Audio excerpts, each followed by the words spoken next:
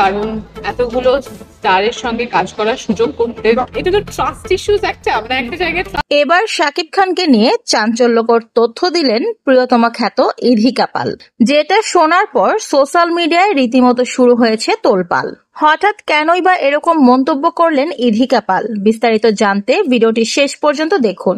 বাংলাদেশের মেগাস্টার শাকিব খানের সঙ্গে মাত্র 2টি সিনেমা করে জনপ্রিয়তার তুঙ্গে অবস্থান করছেন পশ্চিমবঙ্গের অভিনেত্রী ইধিকা পাল, যেখানে শাকিব খানের সঙ্গে অভিনয়ের জন্য বছরের পর বছর অপেক্ষায় থাকেন বাংলাদেশের অভিনেত্রীরা। সেখানে পশ্চিমবঙ্গের ইধিকা পাল ছোট পর্দার একজন অভিনেত্রী ছিলেন। তিনি কিভাবে শাকিব খানের সঙ্গে সিনেমা করার সুযোগ পেলেন, এরকম প্রশ্নই কিন্তু ঘুরপাক খাচ্ছে অনেকের মনে। সম্প্রতি সময়ে গণমাধ্যমে একটি খবর ভেসে বেড়াচ্ছে, শাকিব খানের সঙ্গে সিনেমা করতে হলে নাকি বেড শেয়ার করতে হয়। তবে এই কথার সত্যতার প্রমাণ পাওয়া যায়নি, কেননা শাকিব খান পূর্বে কখনো এরকম কাজ করেছে বলে কোনো নিউজ কিন্তু অনলাইন মাধ্যমে নেই।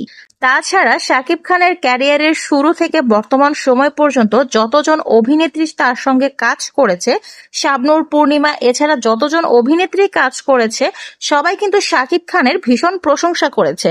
শাকিব খানকে নিয়ে কেউই সেভাবে বাজে মন্তব্য করতে পারেননি। তো ভিউয়ার্স, আপনাদের কি মনে হয় শাকিব খান এবং ইধিকা পালকে নিয়ে যেই কথাটা এখন সোশ্যাল মিডিয়ায় চর্চা হচ্ছে সেটা কি আদৌ সত্য নাকি শুধুই মাত্র একটা রিউমার?